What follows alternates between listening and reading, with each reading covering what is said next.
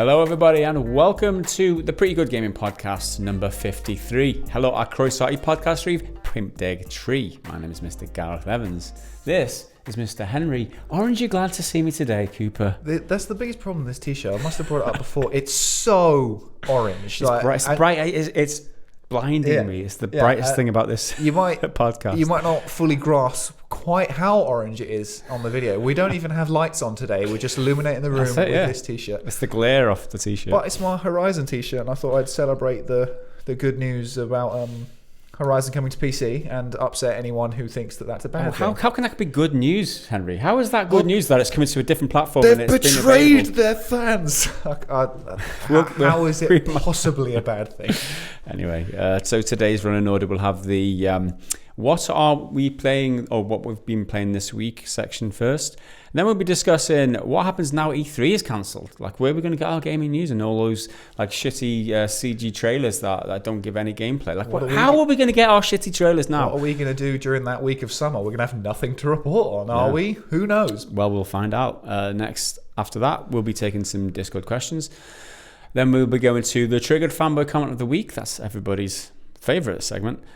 After that, we're going to be taking some other YouTube comments that weren't so triggered. And then, lastly, the Bad Dad Joke of the Week. And it is an absolute stonker. Absolute stonker. I managed to find one. Oh, we might have two. We'll get one from the tin, and I've got one prepared, which is an absolute... It had me laughing the very next day after I read it. Oh, well, that's good. It stays with you. I'm going to build it up so much that everyone's going to hate it it's going to be shit now. Okay, so let's move on to the first segment this week, which is what we have been playing this week. So let's start with you, Henry. What have you been playing this week? So I had a bit of a rut, so I was trying to look for things that I wanted to play, and I thought about replaying some old stuff. And then it came out that the new games for free on PS Plus are some Sonic game, which I'm never going to play, and Shadow of the Colossus, which I've had my eye on for a long time, but I just never got around to it. And that's obviously the 2018 remake of it, because originally it's a PS2 game from 2005, 2006. It released at different times in different parts of the world. Well, in case you don't know what it is, it's an action-adventure 3D puzzle platformer where the whole kind of point of it is that the puzzle is how you beat the enemies, because there's only 16 enemies, which might sound very few for like an action game, but they're all boss battles. The entire game is just boss battle after boss battle after boss battle, basically. So it's originally developed by Team Ico and Sony's Japan studio. Now, Team Ico... So I wasn't sure, but according to Wikipedia, it says it's Ico. Okay. So I'm going to go by Wikipedia. Feel free to correct me if I'm wrong. I would see that and say Ico, but apparently it's Ico. So they did a game called Eco, then they did Shadow of the Colossus, and they did The Last Guardian, and they're all sort of similar, sort of connected, but not really officially. There's like Easter eggs and nods to the other, and all have very, very similar mechanics and kind of gameplay elements and whatnot. But anyway, the 2018 remake is what was free on PS Plus, so I started playing that. It's developed by Bluepoint Games, and they basically handled just a shit ton of ports. They did the Titanfall port for the Xbox 360, while obviously the main one was on Xbox One, held by Respawn. They did Uncharted, the Nathan Drake collection. They did the Metal Gear Solid HD collection, the God of War collection, and a bunch of other stuff, including the Ico and Shadow of... Sorry, I just said it. Ico and the Shadow of the Colossus say collection. It wrong, you'll get corrected in the comments. And I'll say it both ways. I'll try and flip-flop. Trigger people as much as possible. So they did Ico and the Shadow of the Colossus collection, so they've already had their hands on it, as a HD remaster for the PS3. Now, I think...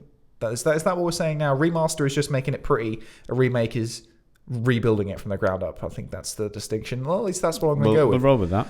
Now, in terms of story, I'll kind of give you the spoiler-free rundown, and I'll jump into spoilers a little bit later because, well, I might not. I mean, it's kind of an old game. It came out in 2005, so you're probably going to play it. Well, you'll get a warning anyway, so if you do want to skip forward, there's always timestamps down below in the description of the video. And I already knew the spoilers before I went in, and I went at a great time anyway. So the story itself is actually very, very minimal. Now, the guy who makes these games at Team Ico, Fumito Ueda, I'm going to say Ueda. Fumito Ueda, yeah. He specializes, likes to do abstracted storytelling. So if it doesn't inform the fundamental core theme of what the game is about, get rid of it. Doesn't matter. Is it an interesting gameplay element? Yeah, maybe. Does it represent this boy and his struggle to overcome the darkness. No, fucking cut it then. It doesn't matter. It's the opposite of something like what a Ubisoft approach might be, where they just throw as many gameplay elements as possible into one just to make the game completely bland. This is the opposite. This is a stark contrast to that. This is only the fundamental things that make the game what it is stay. Everything else, gone. And that's the thing. If you don't like what that thing is, you're not going to like the game because that's pretty much all it is, all there is. But taking away all this excess stuff, like all this excess faff, and you know us, PGG, we ain't got time for the faff. I ain't got time for that. Sometimes. Only a little bit. If you take away all that extra stuff, it allows you to really focus in on what the core is and what the game wants you to think and what is actually important. So that can be a good thing or a bad thing, just depends where you land on it. So you control a young warrior who has travelled to a distant temple to revive a dead girl. You don't really know about who these two are, where they've come from, but it's in kind of like a sort of fantasy world. It's not in any particular point of history or anything, but it's sort of like there's just this mystical land with temples and everyone's knocking about with swords and shit. That was a very... knocking about with swords and shit. Yeah. Very cockney. Knocking about, mate, with swords and shit. And the thing is, I only just found out what their names are today when I was writing this up, looking it up on Wikipedia, because as far as I'm aware, the game didn't tell me. The boy is called Wanda. I mean, that's the Hideo Kojima school of video game names right there. Yeah, true. And the girl is called Mono. But beyond that, the girl, she's dead throughout the whole game because your goal is to revive her, and then obviously you play the game, you'll find out whether you succeed in that or not. So when you get to this magical temple, or seemingly magical temple, there's a mysterious mystical voice which starts telling you stuff, and this thing goes by the name Dormin. So that's one name it does actually tell you, and it tells you that in order to bring back this girl, which is like really big magic, it's going to take a lot to be able to do it. It's not really something you can do at the drop of a hat. You're going to have to kill the 16 Colossi, which are these giant, enormous monsters. And whenever I was describing one to my girlfriend, I was like, oh, I'm fighting this new one. It's a giant. And I was like, I don't need to say giant. They're all giant. They're called Colossi. They're pretty freaking huge.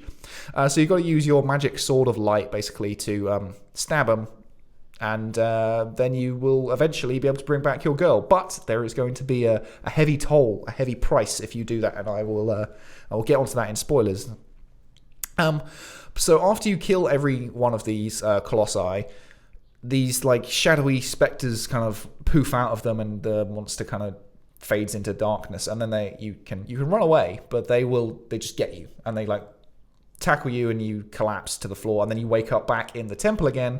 Then the voice gives you your instructions on how to get to the next one. It'll give you like a sort of a riddle, like it'll be found in the wasted lands, and you go and find a wasteland, and that's where the big Colossus is going to be.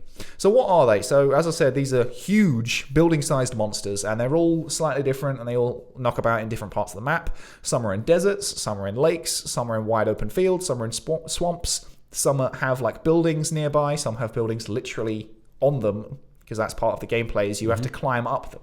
And I'll get onto that in a bit. And they're all completely different, and they all require different strategies. So if there's one who's in an area with structures around him, like buildings, chances are you're going to have to climb that structure and then make a jump or something like that. Some are two-legged, some are four-legged, some fly, some use weapons, some use magic, some are fast, some are slow. So they're all quite varied, but fundamentally, your sole gameplay loop is that you need to climb on them, you need to somehow get on top of them, and stab them really hard in a glowy weak point. Yeah. Generally, that glowy weak point is going to be found on their head, but not always. Sometimes it'll be on their head, or their shoulder, or their back, or all of the above, or like other ones will appear as the fight goes on. And the puzzle itself, as I said earlier, is how you're exactly going to take them down. And some of them are quite obvious. Like there's one guy who's got a giant club, so you need to wait for him to slam that on the floor, then you jump on it, and then you run up his arm, and then you're on him, and you climb around and you do what you got to do. Others are a bit more less obvious. So there's one with a bird, and you have to shoot it, but the shoot isn't to make it crash, it's to make it swoop down, and then you have to climb on it, and you climb up its wing while it's flapping, so they try and shake you off if you're on them. So you climb up its wing, and then there's bits of it which you can't quite get out because they're like open and close or whatever, and he tries to spin to throw you off. So that's where the challenge is. It's not an ultimately challenging game really, but it's not a total walk in the park. And then there's one who is like scared of fire, and I hated this one. And I'll get to that when I get to my problems with it. But essentially, you just need to grab a torch and just walk towards him, and he'll back off the edge of a cliff, and then you just jump on him and stab him to fuck. It is an open world game, and it's not a Ubisoft open world game, as we've said. It's not full of all that crap, and it's just a space, and it's a sandbox, and you go from place to place. But that's all you're doing. You're only killing these colossi. There's no real sense of exploration other than looking to find the boss to kill it. Yeah, we've talked about how stripped back it is, right? Yeah. And how not the opposite of Ubisoft, you might imagine. The open world might be a trigger word for a lot of people, but it's not like that at all, because from my understanding, there's no UI. Very, very, very little UI. The story is told through conversations. Well, it's not even that. There's very little story in general. The story is kill the monsters, bring back the girl, and any dialogue that happens, which is quite sparing anyway, is in a made-up language. It's in gibberish. Yeah. And the way that you navigate is by what? Holding your sword up and... So you because the themes of the game is all about darkness and light. So you can only navigate if you're standing in the light. So you hold up your sword, and then it points in a vague sort of direction of where you need to go, and you point at it. It focuses a bit more. But that's it. That's the only kind of direction you don't have a mini-map. You don't have an overmap. No, you've got an overworld map, but it's not very helpful. It's just a space, and then it plops in where the different colossi were once you've killed them. Right. So it fills in once you've been there, rather than... It's not much use. The main thing you're doing is just holding your sword up and then go in that direction. And it's one of those where, like, if there's a ravine that you've got to cross, it will still point across the ravine, and it's your job to figure out how you need to do it. So it's one of those exploration-based games. It's not like an open world to go and check a lot of boxes to go and do side quests and that. It's not like that. It's the opposite of that. Yeah, and as I said, the only exploration, your goal is to find the monster. There's no extra stuff to find. There's not even really collectibles. There's other little animals you can kill, like birds and lizards and that, but they're kind of a collectible in that, if you kill all the little extra animals type thing, but that's nothing major. And that's something I could arguably say is a downside, because there are a bunch of these like completely battered ruins, because the whole world is completely desolate and completely empty, and a lot of people would say, the world's empty and boring, but the point of that is to make you kind of feel like you're alone in this, and that something... I shouldn't be here. Like, it's ancient, and there's a reason no one's here. Because people obviously were here, because there are buildings, there are structures, but no one's there now, and there's just these monsters. What's the deal there? And I would have kind of liked a little bit extra storytelling in terms of, like, you find hidden artifacts or environmental storytelling, where you come across something that happened and you try and figure out what it was. As a bit more. But again, that's just my personal preference, and that's not what the game is about. The game is about... I mean, so we talk about the premise of the game to begin with, about the fact that it shaves everything that's non-essential just to focus on the core mechanic, or the core storytelling, or whatever.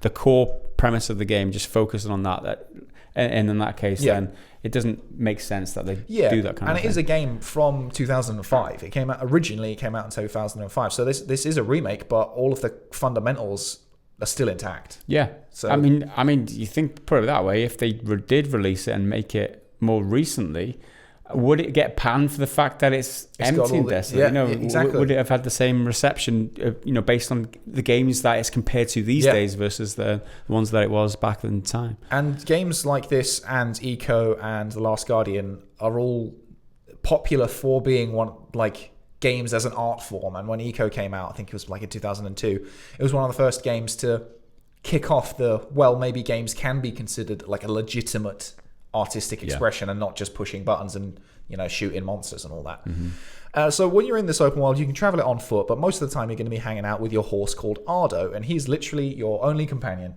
You jump on him and you ride him around, and he'll follow you. You can summon him whenever you want. You can do a little whistle. That's basically it. What you actually can do in terms of controls, you can run around obviously, but you can swing a sword or fire a bow. They're your two weapons, and that's it. They're the only weapons you get. You can jump, you can climb, you can dodge, and you can hold your sword up in the air, as I said, to point where you need to go, or highlight weak points on the enemy. It'll give you it'll aim kind of where you need to hit them.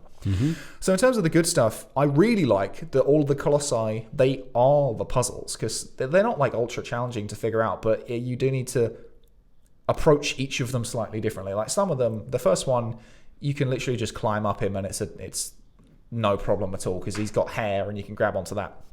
There's one which is this big serpentine kind of Asian dragon thing, and I think that was probably my favorite one, and he's got these gas pouches on his belly, shoot them, and he comes down. He doesn't completely crash, but he just kind of grazes the sands. They need to ride right next to him as fast as you can, then jump on him, then climb up his wings while he's flapping again. And they're so completely different to some of the others. Is visually very, very, very impressive, especially for what is essentially a remake of an old PS2 game. And it does have a real good sense of style and how the world is so deliberately void of anything. Like, it's meant to be empty, as I said. It's meant to be, there's something wrong. Everything here is kind of falling apart and abandoned. Why? Is it something to do with these colossi? Are they that dangerous? What's going on? And as I said, there's a few little birds and lizards and shit you can kill, but that's not like what you're really doing. And I like the abstracted story and how limited the gameplay is, because it really does focus you in on what you're doing and how your sole thing is you're killing these creatures. And they are kind of beautiful in their own way. I mean, they're huge, kind of monstrous, but there is like an innocence to them. Because they're all they're doing is minding their own business most of the time. They're just knocking about. And then you run up to them and whack them. Start fighting it. It's like, all right, fine, I'll squish you. Ultimate griefer. Yeah, it's like, exactly. Leave me alone. I'm just chilling here. You're a troll. Jesus Christ. And the story itself is so basic, but the point of it and what it tries to achieve and what it does achieve is very well executed and quite powerful. Now, here's the spoiler stuff. Feel free to jump ahead to the next section, but you might already know this because it's quite well known anyway. Your character changes over time visually. So you start off, the color scheme's quite drab anyway, but you start off in pretty much in color. And then the more you kill, by the time you get to the end of the run of bosses of the Colossi, you're basically completely washed out and grey. And that shows, that something's going on there. As these black spirits leave them and enter you, that's happening. It's affecting you, right? And Ardo, there's a bit which I was devastated by, because he is your only companion. There's a bit just before the final Colossi, you run across this bridge, and naturally, it's a bridge in a video game. It's probably going to start falling apart under you. That's exactly what happens, and he flicks you off just before you get to the end, and then saves your life. And then he falls down, and I was devastated. Wow, that's because he's your only mate. He's your only friend. But then, I carried on and I had to go kill stuff. I wasn't crying about it for too long. Yeah. Now, in terms of the ending, this is where it's the major spoiler. You've been killing these monsters under the promise that it will bring the girl back to life. But there will be a heavy price. And it turns out the price is that essentially you'll lose your humanity, because these other people show up sort of when you're in the last 4 or 5 bosses, I think. From your tribe or whatever. They're there to stop you because there's like a shaman with them, and he's like, you can't do this because we did this for a reason thousands and thousands of years ago. And that reason is because the voice that has been speaking to you is like the disembodied spirit of this like ultimate demon thing, because generations ago the people managed to split that demon into 16 pieces. Wow, Voldemort-esque. Very much so. They're Horcruxes. Yeah. So you've killed all of them, and they're now all in you. And once you kill the first one, you're back at the temple. He then can sort of come back, and he revives himself through you, and you turn into this giant, horrendous demon thing. And ultimately, the girl does get revived, but just as everyone else is running away, but just before she's arrived, everyone else is running away. They throw your sword into this little pool, and it sucks you into this like black hole or whatever. And then the girl wakes up. Turns out Ardo's alive. He comes back. He's limping in. His foot's all busted. So that horse is never going to run again. So he's not very good as a horse. Time to put him down. Then, get the nail. What do they use it for? Like toothpaste or something? Right. Glue. That's it.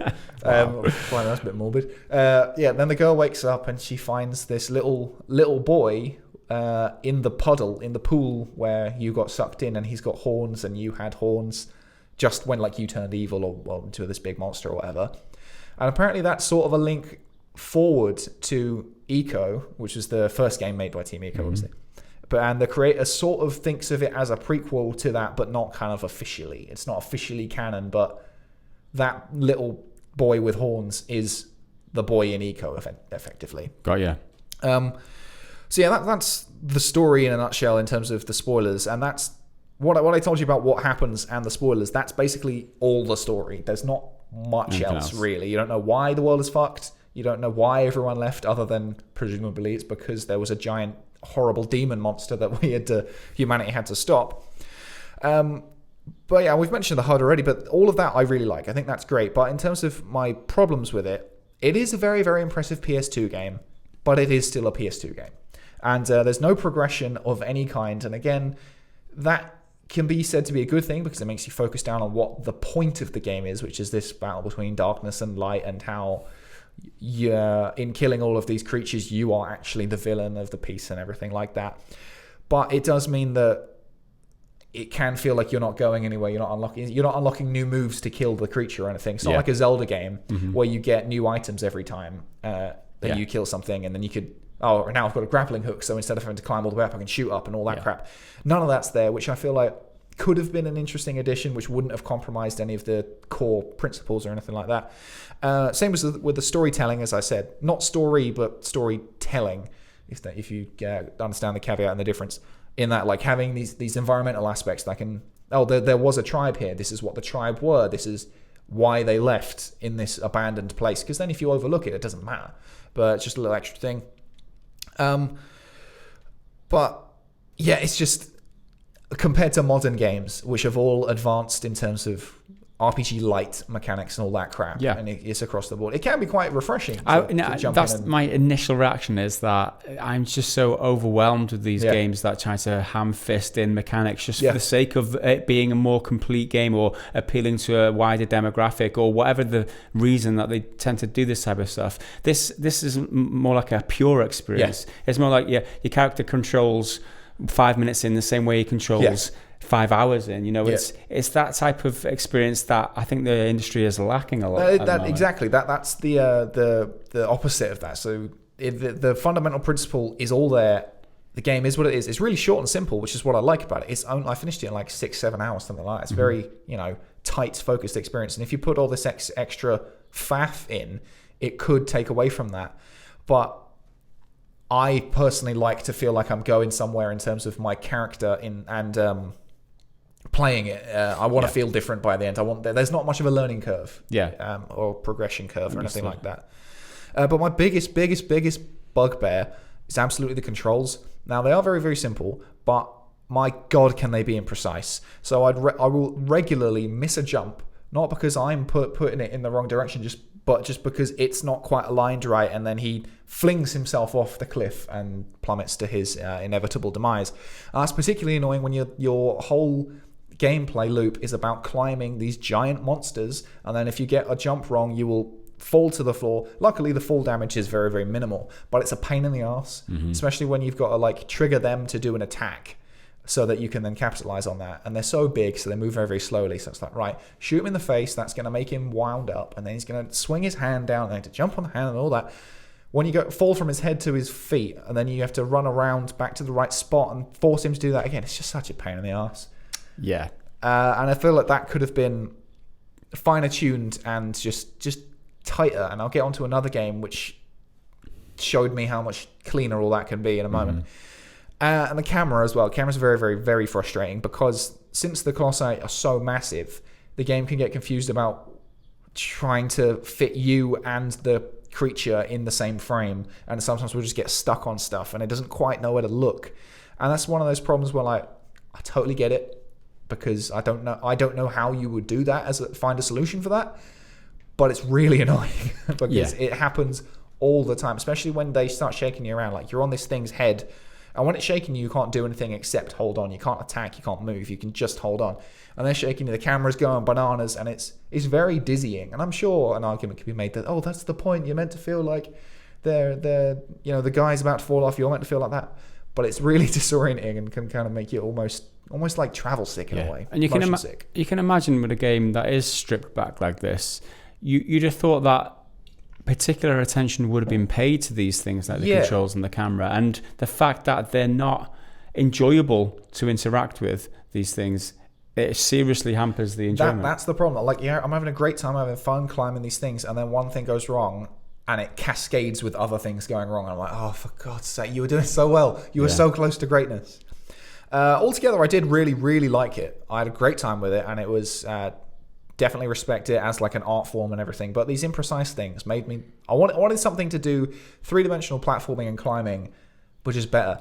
So I started playing Uncharted 4 again, and I'm not going to jump into loads of detail about that, but it just reminded me how much I love that game. Yeah. It's simple gameplay, and it's very story-driven. It's, really cinematic. There's not really any progression in that, but there's loads of collectibles and loads of stuff you can find to read because he keeps his journal, and he has in all the other ones as well.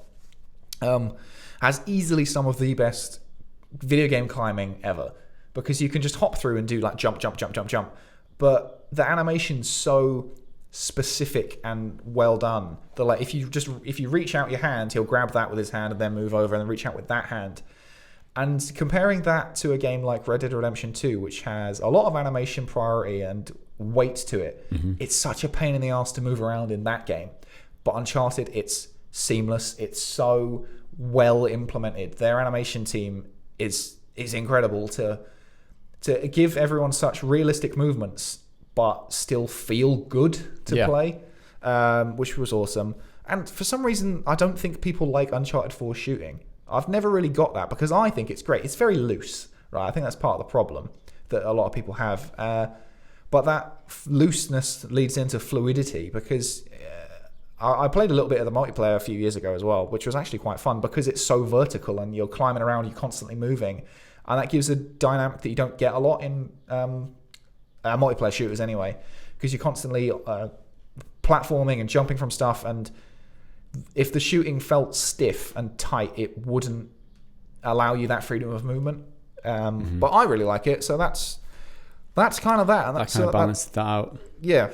That's just my thoughts on Shadow of the Colossus. I really, really like it. But Uncharted 4 does all the climbing better.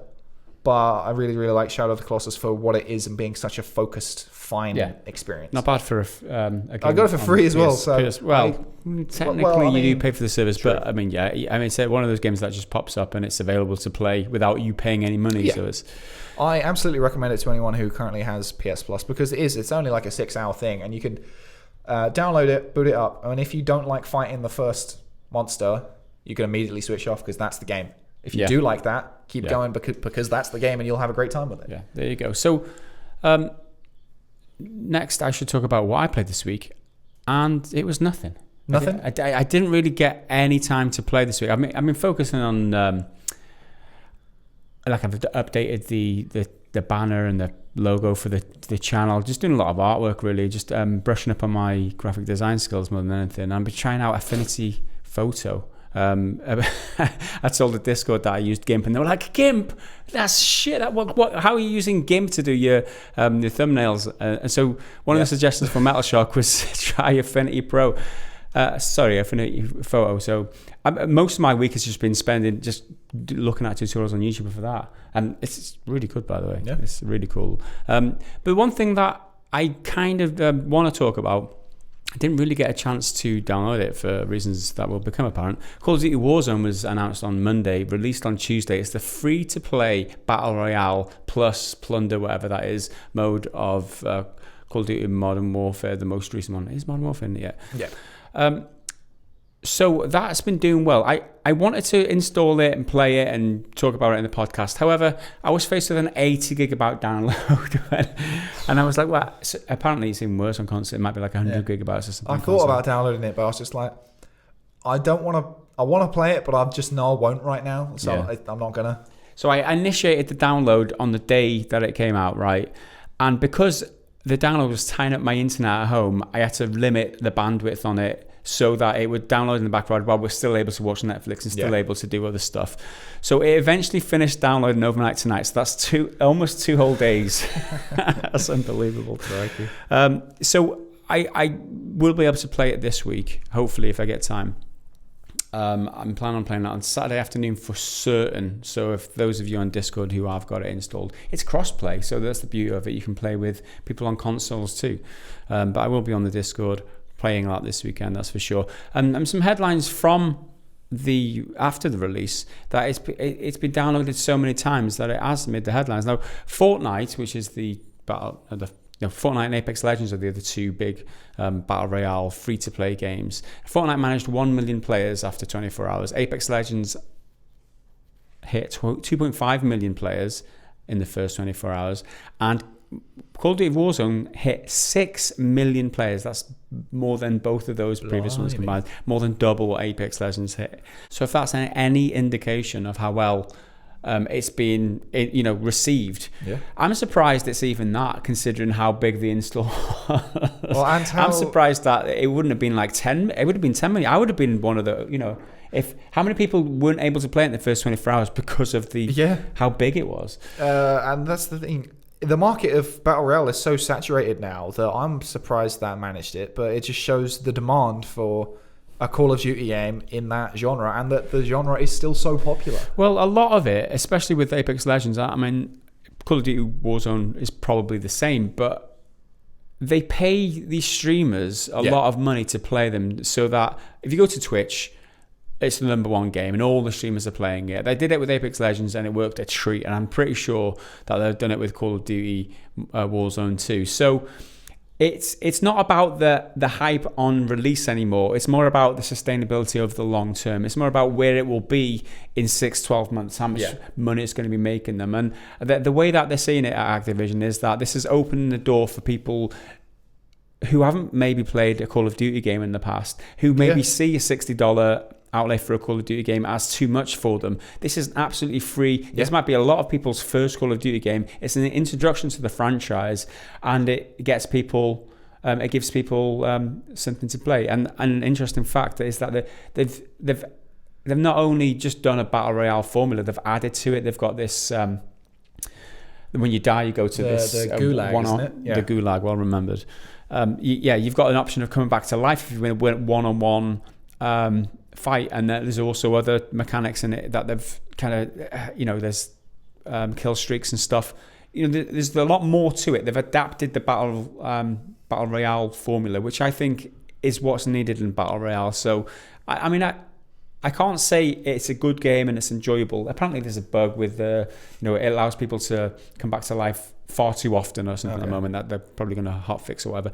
But I'm itching to play it, and I thought I'd just mention it briefly at the very least, because it is something that's caught the news.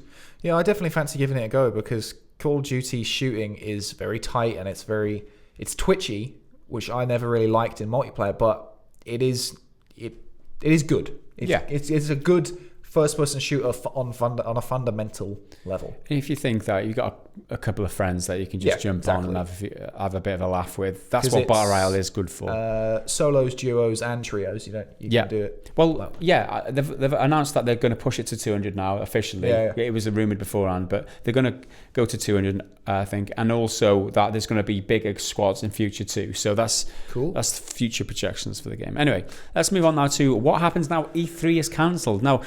It was announced on Wednesday, just at the moment you were literally publishing your video. I was checking all day, typing E3 2020, checking all the articles, being like, no, there's been no updates. And then everything's uploaded, titles written, thumbnails ready to go. And I'm like, okay, just before I publish it, I'll have a look. Fuck's sake, 20 minutes ago, update to the original Ars Technica article. So I threw a comment down with their statement. So I saw that, yeah. So the event itself was planned for June 9th to 11th, and I don't know.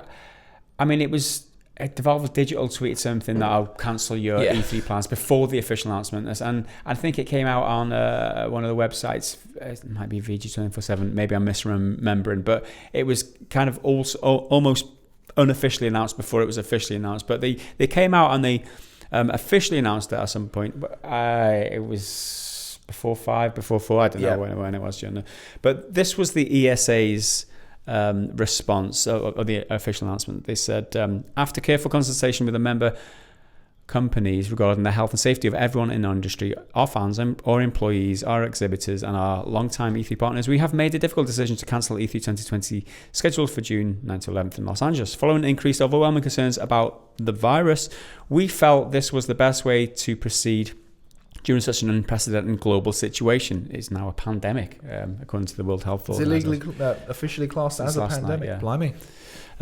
We are very disappointed that we are unable to hold this event for our fans and supporters, and because we're going to be losing a shitload of money. They didn't put that in there. I just made it up. But we No, it's the right decision based on the information we have today. Our team will be reaching out directly to exhibitors and attendees with information about providing full refunds. We are also exploring options with our members to coordinate an online experience to showcase industry announcements and news in June 2020. Updates will be shared on e3expo.com. So that's the more interesting line is that they're exploring options to maybe do some sort of online digital presentation and announcements. The thing with that is, though, no one needs to do that with them.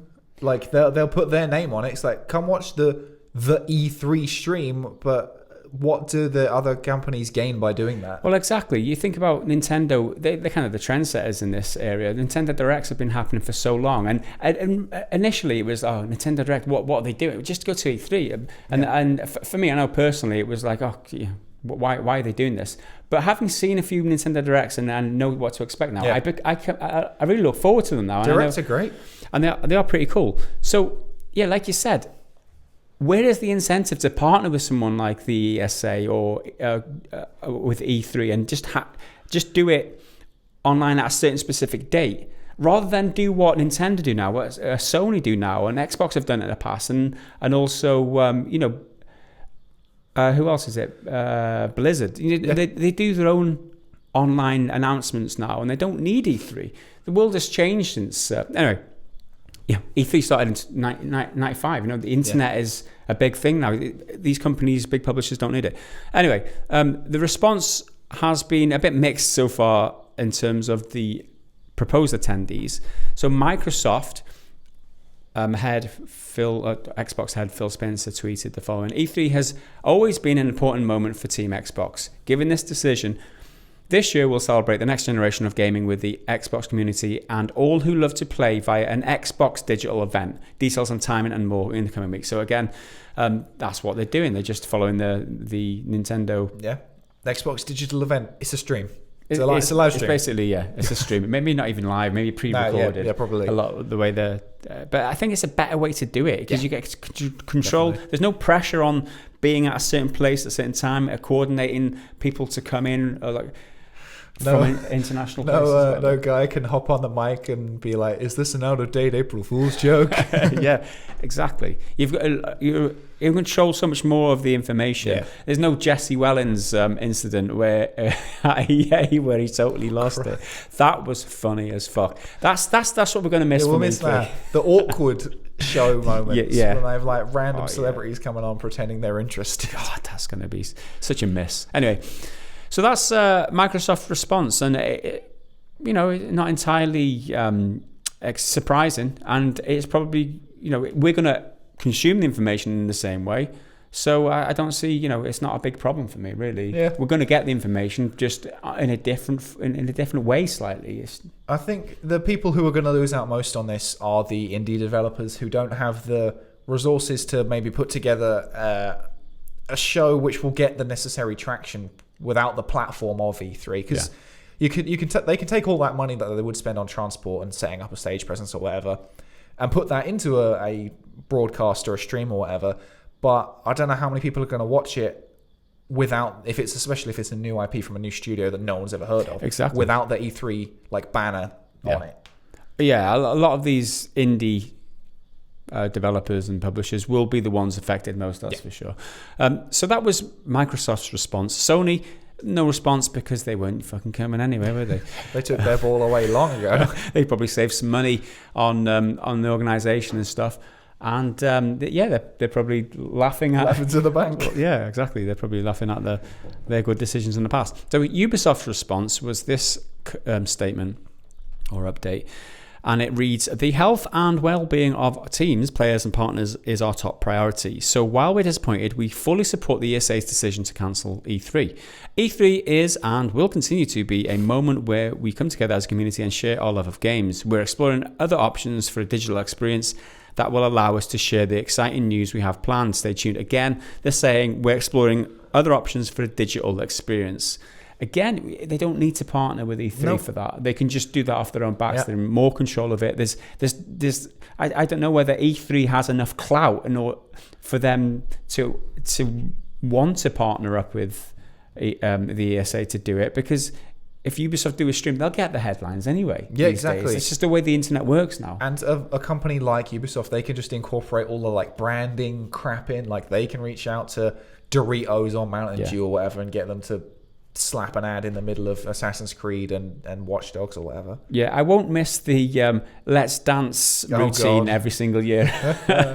But they've always that's got the moment during the stream where you get up and like make a drink or something. It's always very cool. That's the moment in the stream that my wife takes notice of. Oh, this looks pretty. You know, it's like good. It's one for the family. That type of Ubisoft press conference. Anyway, you'll miss the Shigeru Miyamoto and Igimo crossovers and stuff. There won't be any of them this year. Yeah, trying to show off tech that just doesn't work. Yeah, so that was Ubisoft's response. Nintendo, they weren't really attending. They've released a statement to GameSpot. They haven't said anything officially, but this is the statement they provided to GameSpot. Nintendo supports the ESA's decision to cancel this year E3 to help protect health and safety of everyone in our industry, our fans, our employees, our exhibitors, and our long-time E3 partners. We would like to express our concern and support for all those affected by the virus outbreak during this challenging time. We'll continue to be flexible and redirect our efforts to other ways of keeping our fans up to date about activities and products. Because of the outbreak, large industry events may be untenable for the foreseeable future, but we are considering various ways to engage with our fans. We'll have more to share as the year continues. So they were going to go there in the show floor, but there was no like press conference. There was no. They do that in Nintendo Direct. They did, have done that successfully. So again, not really much to. This was the best response. THQ Nordic. THQ Nordic tweeted a meme of somebody flipping the V's in front of a gravestone. It's from Arrow, I think. Is it Arrow? Because that's the guy who plays the Flash. Yeah. And on the gravestone it says Oliver Queen, who is Arrow. So yeah. So they've put THQ Nordic as the guy flipping the V's and E3 announcements as on the gravestone, and they tweeted that picture with just the caption F. Yeah, I mean that was dope. That was brilliant. I loved that response. So let's move on. Limited Run Games. They tweeted the following: E3 cancelled, but the show must go on. Join us for #LRG3, our third totally live, totally bitchin' press conference for the biggest announcements in the future of physical video games, June the 8th, 3 p.m. Eastern Time on Twitch. So they're doing a totally live Twitch stream. That's one thing. Announcements. Now that E3's not happening, maybe some of these companies could be a bit more generous with their time slots and put it at a time that isn't 1 in the fucking morning. Yeah, exactly. In the UK. And then they can pick whatever day you want, right? And just do it like 8 p.m. our time or something that's more reasonable than 3 a.m. or whatever the hell it is. Devolver Digital tweeted the following: the week of E3 has been a big part of what we do, and we are generally bummed about the cancellation of the event itself. Lots to juggle, but right now we plan to having a live stream Devolver Direct / press conference and possibly more. So Devolver Direct, that's going to be amazing anyway. Yeah, they've always got their own. Yeah, it's always pre-recorded anyway, so it's not really like I don't know if doesn't matter if there's any games in it. I'm going to watch the show just to see what happens. It's maybe the likes of Devolver Digital who are that like medium tier publisher who might get a bit more association out of the association with the events, because they might get a bit more. Whereas if they just do a stream, like maybe they won't get talked about as much as the likes of Ubisoft or whoever. So maybe they lose out on it. I don't know. Yeah. Overall, so. From the others who were going, we've not heard nothing from Bethesda, Sega, Capcom, Square Enix, Take-Two, Bandai Namco. None of them have said anything yet. Warner Brothers were going to. We haven't heard anything from them officially. However, Jason Schreier tweeted, more news from me. Warner Brothers Games was planning to do an E3 press conference this year for the first time to talk about Batman, Harry Potter, and Rocksteady's game, among others. Remains to be seen what they'll do now. So will they do this is the first time they're going to E3? Will they do a stream? Are they that kind of outfit? I don't know. But yeah, those two are games that I was fully expecting to be at E3. Yeah. Because they've both been rumored and half teased for ages, but there's no official word. So this is one I'm particularly interested to see what happens with it. What they choose to do. That Harry Potter game has been on everybody's lips for ages. It was February 2018, the first time it leaked, where we saw some gameplay footage that came on Reddit, and that was like filmed at a focus group where people got hands-on or got to see the game for the first time, and the guy who was at the focus group who leaked the footage called it a third-person open-world action game in which you customize your own wizard, a fifth-year student at Hogwarts. So it sounds like something that would have a lot of appeal, and that people are really highly anticipating. And we were about to learn about it, but now it's all up in the air again. It's like one of those games that is infinitely just out of grasp.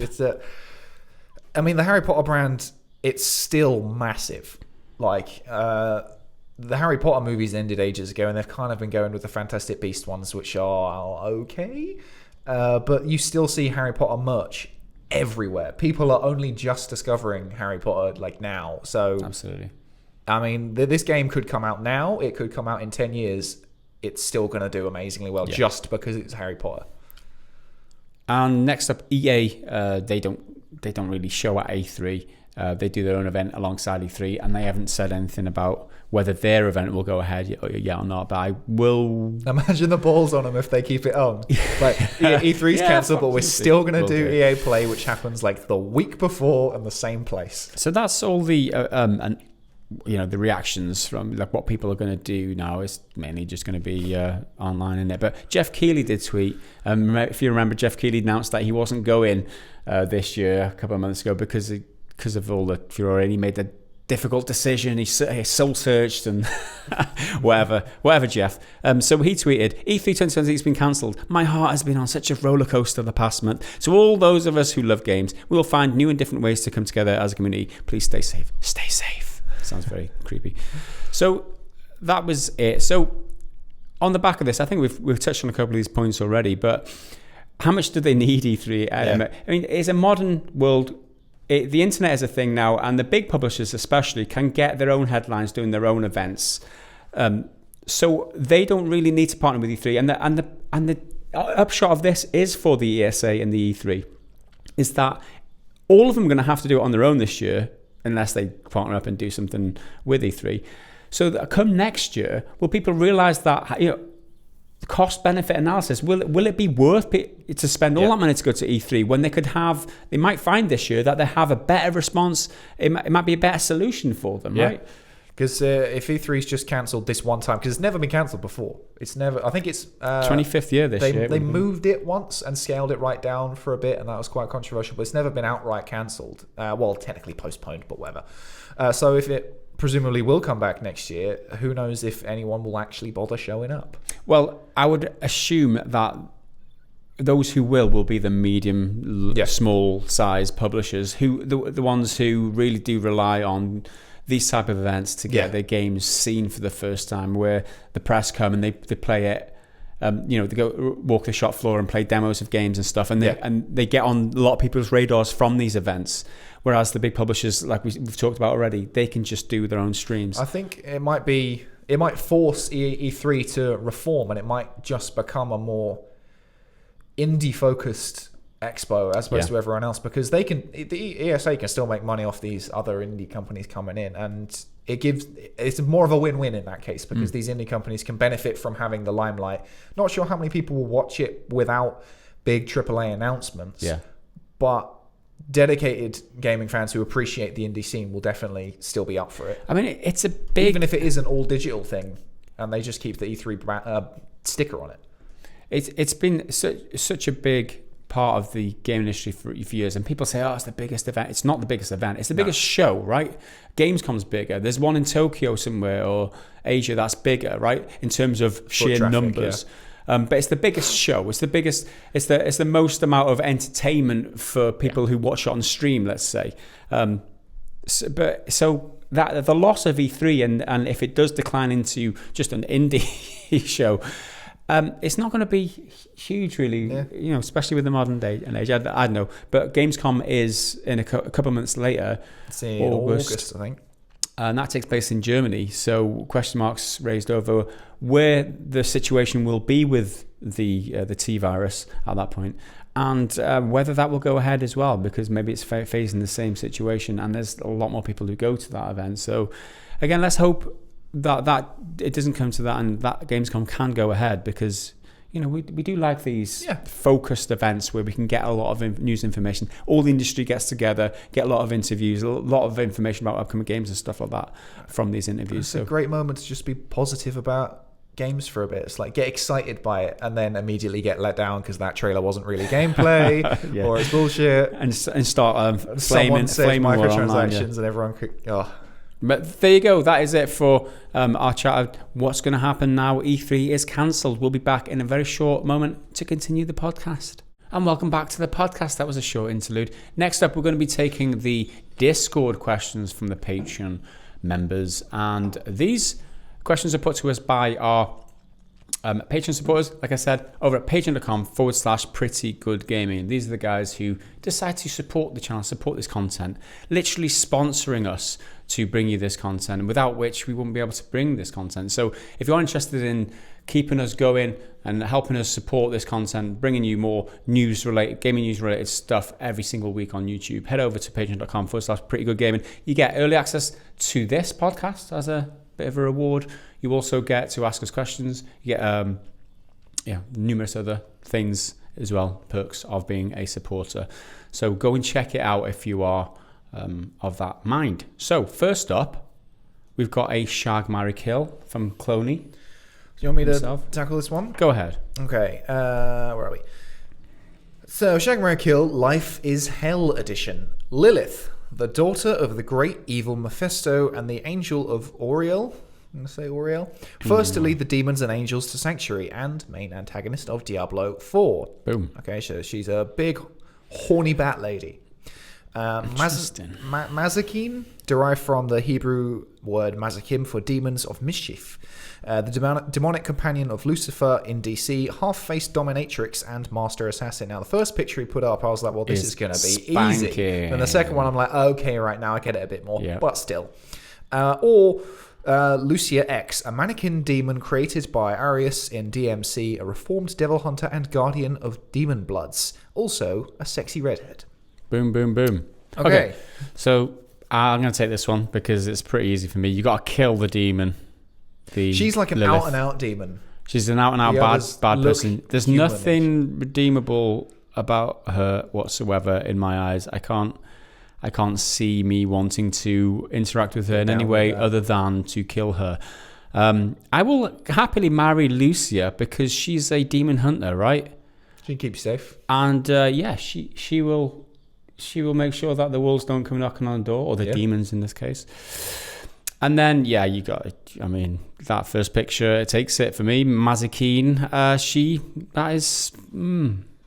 she's easily the Shag. Yeah. Because she's obviously a very attractive... You can just close your eyes, can't you? That face. Yeah, and the first Paper picture, bagger, suggests to me that it's not there all the time. So exactly. She just has good days and bad days. I'm inclined to go slightly the opposite way and go, I'll marry Lilith because she's like the ultimate demon queen lady. So if she takes over the world, I will happily be the prince of the world. Prince of the world, wow. And Lucia, but then, see, if I'm going tactically like this, what I could do is shag Lucia and use her as my demon hunter to then usurp the throne from what's-her-face, Lilith. But no, I think this she's sounds very convoluted. She's going to die. This plan of yours, Henry. So shag Mazikeen, marry Lilith, and I'll kill Lucia. I mean, it very much depends on what pictures you put up there every week for me. I'll be honest, Cloney, because I don't know these characters really that well. Obviously, Diablo 4 ain't even out yet, so we don't know what's happening with that. So, I just go off the pictures. If you put a low-cut top and a big banging body, then it's a natural choice, isn't it? Who knew that was the way to a man's heart? All right, so Cloney carries on with no plug this week, although I did struggle with this one and would love more Hellspawn suggestions over on our Discord, which you can join for less than a bag of crisps a month over at patreon.com/prettygoodgaming. Looks like you managed to do the plug anyway. You little swine. I'd shag Mazikeen because she's sexy as hell. Get it? And it's implied she knows her stuff in the series. I'd marry Lucia, although I know nothing about her, because she's a redhead. To be fair, that is true. And I'd probably kill Lilith in Diablo 4 over and over again anyways. So, what's one more time? Yeah, what's one more time of killing it? I absolutely concur with you, Cloney. I didn't copy your answer at all. All right, what's Okay, next? moving up. Venticus Prime. I've got a couple of questions for you this week. I'm sure you've been missing them. Well, we have, because he always brings the very deep ones The that take us like philosophical half ones. an hour to answer. Like a Both hole in of the these head. questions come with accompanying paragraphs. Right, so let's take the first one for a kick-off. This first question is inspired from my current side project of going through all MP3s I have accumulated and filing them all in missing and incorrect metadata because I wanted to learn more about all the different music genres. And filling in, sorry. Most of the information hunting comes from those game remixes that we were floating around on the file sharing networks back in the day. I'm sure this question comes up before, but I was wondering, what are some of your favorite remixes and remixers of video game music? Most of mine come from DJ Pretzel over at the OCR site. Video game remixes. You got any that spring out to you? I don't really listen to video game remixes that much. I'll listen to the actual music itself quite a lot. Like I've mentioned before, how I listen to the Doom soundtrack all the time, and I'm so excited for the new one. But on that note, one that popped into my head that I added to my Spotify list the other day is a cover of the main Doom theme, which is called At Doomsgate, E1M1, there we go. And it's just like a metal version of that instead of a MIDI. And apparently it's by Daniel Tidwell. It's not so much a remix, it's more of a cover. But Yeah. quite an easy one. I don't know. Favorite remixes of video game music? I would say no, and just as a plain answer to that question, rather than waffle on for 5 minutes and try and justify it. I don't listen to a lot. Yeah, of I don't really game listen music. to remixes that much. Well, I think remixes is more of an electronic music thing, and I don't really listen to... I listen to a bit of electronic music, but not that much. Okay, second part of the question. Second question is an economic question. In 2008, the gaming industry is one of the few industries that actually grew while the rest of the economy was shrinking, which of course attracted all the kinds of people that have helped AAA gaming become what it is today. Currently, all indicators are showing another global shit show is imminent with the economy. I'll spare you the long, boring details. And the question is, how do you think the gaming industry, both as a whole and on individual levels, will fare on this one? People That have is been interesting. predicting a games industry crash for a while, so probably, I don't know if it'll do as well this time. I don't know. I think it's... It might. The games industry is a very unique... It's a very unique entertainment way. Yeah. Entertainment thing. Because if shit goes down in your life, like it's one of those crutches that you can use for dealing with all the shit, right? You know what I mean? If you have a shit childhood, then you either get into drugs or you get into gaming, or both if you have a really shit childhood. Yeah. When I got into playing the guitar, right? Yeah. And that's what helped me through my emotional, turbulent teens. And I think gaming is one of those things that you can just lose yourself in and get away. And so if shit is going down, you can just get a game, sit there on the couch, and don't have to worry about the world. You just get on with playing your game for 60 hours. And that's going to be enough to stop the industry going under. Oh, it won't go under, but they'll be. I definitely think it will take a hit financially as a whole, not on like a person to person basis, but like the money in the industry, because the amount of games that are pumped out now is ridiculous. I mean, we've been taking the piss a bit, saying it's a bit of a drought at the moment, but there's still games releasing. It's just nothing we care about. But then there was a time when you get like 3 big budget AAA games a year. Now you get like 10 every few months. So I don't know if that's sustainable. But the games industry is one of the most fast-paced and rapidly innovative out of all of them. Because the nature of game development is so iterative, everything is constantly changing all the time. So even if the industry does crash, it's probably adaptable enough to figure out a way to keep going. The retail space has been declining ever since that the last economic recession, and that's going to go in a matter of years. The old brick and mortar video game stores like GameStop, like Game, like EB Games, any of the other ones, they're not going to exist for much longer. You'll still be able to buy physical for a little bit longer, but those stores are going to vanish. It's a hard one to try and predict because I don't know how. I mean, depends on how severe the economic decline is going to be in general, and I would say it'd be alright. I would say gaming is going to be fine, but then again, I've the optimist, so that is all the answer you're going to get from me, I'm afraid. Thanks for your questions, Mr. Vienticus. Okay, next one. I believe this is the first question from Mr. White Wolf. I might be wrong. I think this is maybe the first, either the second one. Recent Patreon subscriber. Thank you for joining the club. This is a cracking question. Yeah, big fan of this one. It's a good start. Hey Gaz, Henry, and all. White Wolf here. Here's my question. If you could both answer, that'd be freaking awesome. Well, that's exactly what we're going to do. Desert Island Gaz and Desert Island Henry. If you were stranded on a desert island for the rest of your life and discovered a genie in a bottle who granted you each of the following wishes, what would you choose in each category? Okay, so we've got a series of categories. Well, there's like about 8, 9, 10 categories there, something like that.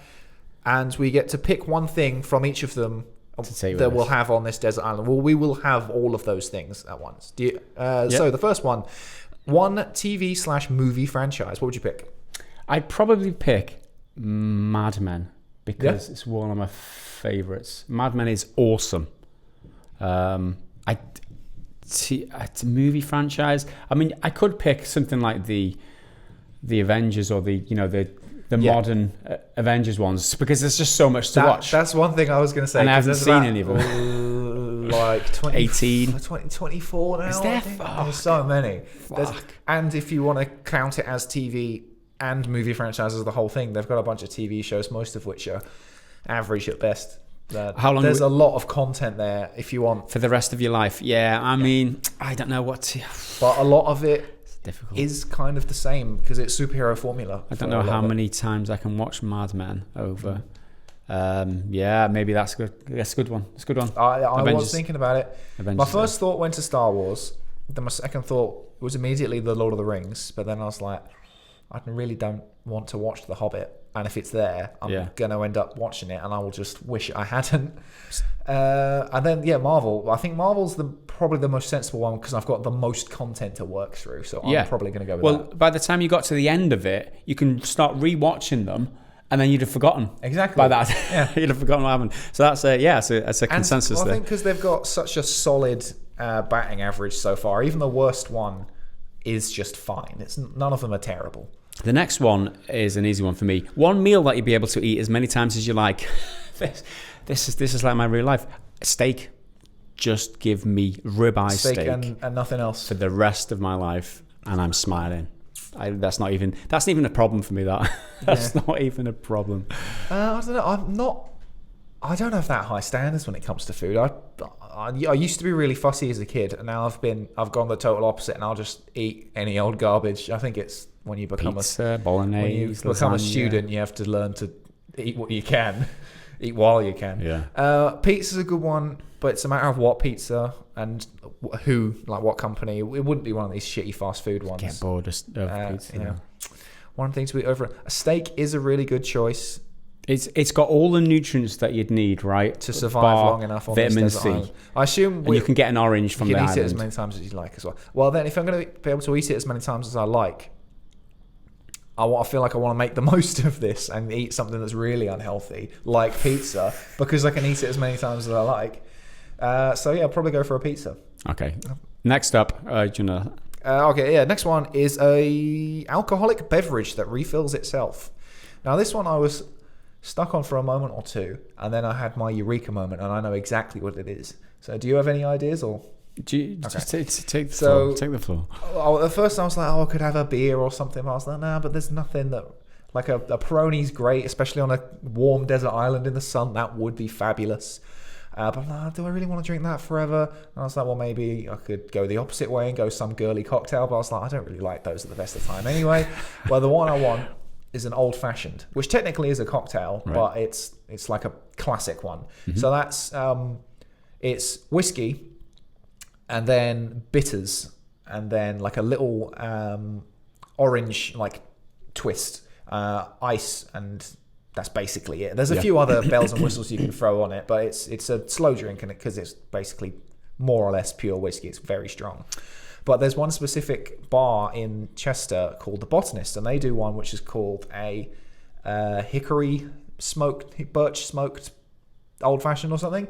And I picked it on the menu. It was like a tenner, and I was like, "This is a lot for one fucking drink." So this had better be amazing. No wonder you've got no money to join the PC Master Race. It's because the way buying these fancy cocktails. The way it was described on the menu, I was like, "Well, this should be impressive." I've only had it twice. But those prices in Wales. Well, that's true. There's got this little gadget. It's like a box, and he put actual real wood shavings in. So I was immediately like, "Well, I'm actually impressed. It's not just a artificial flavouring or anything." And then a tube into a test tube beaker thing, like from a science class. Lit it, smoked it all into there, and in this beaker thing had the mixture of the whiskey and the bitters and everything. Then held that, stuck a cork in it, put all of the extra shit like the orange twist and the ice in the glass, and then just handed me both of them, and was just like, "There you go, undo that when it's smoked enough for you, and then there's your drink." And it was perfecto. Is it good? It was mwah. Wow. Obviously, it was a lot of fucking faff. Also, so I said if I had it twice, I've only paid for it once, because the second time they took ages making it, and then eventually came over and was like, "We're really sorry, it's taken ages." I was like, "Mate, this drink takes ages anyway. I was already committed to the wait, and then they gave it to me for free." So wow, that's cool. So that's really good. Wow, free tenner's worth of drink. Alcoholic beverage, I don't really drink anymore, so I'd probably take something clean like vodka, so that if my wounds get infected from being generally on a desert island trying to scrape together, I can just clean my wounds with that. The only practical purpose I can think of other than drinking. You're alone on the island. I feel you can allow yourself to. Not specifically because. No, I suppose. But because we'll get to that. But right, I'm saying vodka, Henry. Don't try and dissuade me. Next one is a music artist's full album collection. Oh no, you missed one. I haven't missed one. Oh yeah, it was my turn anyway. So it was gaming franchise, which is probably the most contextually relevant one. Gaming franchise. I have no idea. I would say it's going to be controversial, but I'll go with Fallout. Right, because I love Fallout New Vegas. Fallout 4's alright. Fallout 3's pretty decent. I haven't played the first two, and they'll be pretty cool to play. And Fallout 76, when they eventually get around to fixing it, will be a game as a service that I can keep playing perpetually. That's quite a good answer. I do love Fallout. I think I'd either go for GTA or Red Dead Redemption, because there's so much extra bollocks in those games that I'd never get round to. Yeah. Or something like The Witcher, because I can play that infinitely and finally actually see everything. So I've only played it through once, and there's just so much extra stuff, and I'm like, this is so much content. It's so cool, but I'm never going to get there. But I also lean on GTA 5 because it's got all like the little mini games, like all the sports and that, and the online component, which I'm assuming I can have access to on this desert island. Well, mate, I guess Call of Duty would be a good one. I know it's everyone's going to be screaming at me, but I do like shooters. Anyway, let's move on. Next one is one music artist's full album collection. Ooh. I tossed and turned with this one. Do you know? I don't know. What would you pick? I would pick Passenger. Yeah? Passenger. He's got one loads and loads of albums out. Yeah. He's got like 12 albums out, and everyone only knows one song. But I listen to Overplayed. That's why. Yeah. It's one of my. That's exactly why. Funny enough, it's one of my most popular guitar tutorials on YouTube. There you go. It's got like 5 million views on that, just one song. But back on topic. It's got to be Passenger because I just love his music. I really liked, not so much anymore because they're kind of half shit and really cringy, but they're all right. But I really liked Muse for a good few years, but their last few albums have been a bit, but they've got so many, and they all sound very different, and they've got a lot of diversity. So if I'm looking for a heavy song, I can find one. If I'm looking for a soft song, I can find one. So I think for that reason, because I can find something for every mood. Yeah, I'm going to go for Muse's entire back catalogue, and I'll probably just forget about the more recent albums. They're okay. So next up, one celebrity lady to live with. I could pick any number of fabulous ladies, but my brain immediately went to Jennifer Lawrence, and she can get down with me and my pizza, and I reckon she enjoys a good whiskey as well. So we'll just have a great time just chilling out on the beach. I don't... And it says live with as well. It's not just a fling and then you boot her back into the ocean. You've got to live with her, and I reckon I could hang out with her. I can't think of the... name of the woman off the top of my head. I'm gonna have to do a quick search. Is it? Well, you're looking up Deep Blue Sea, and that's a That's really bad not- but really good shark movie. That's not the really shit. the movie. But it's fun. I can't think of the movie, but it's not Jennifer Lawrence, but it's what's the name? Oh my god, I can't even think. You know when you have What's she in? What's she like? What's she look like? This is a. It wasn't. It was like a movie about. It was not Deep Blue Sea. Ocean Blue or something. Ocean's 11. Open Water. That was a shark movie, I think. No. That was rubbish. I'm just going to have to pass on this one. I will take...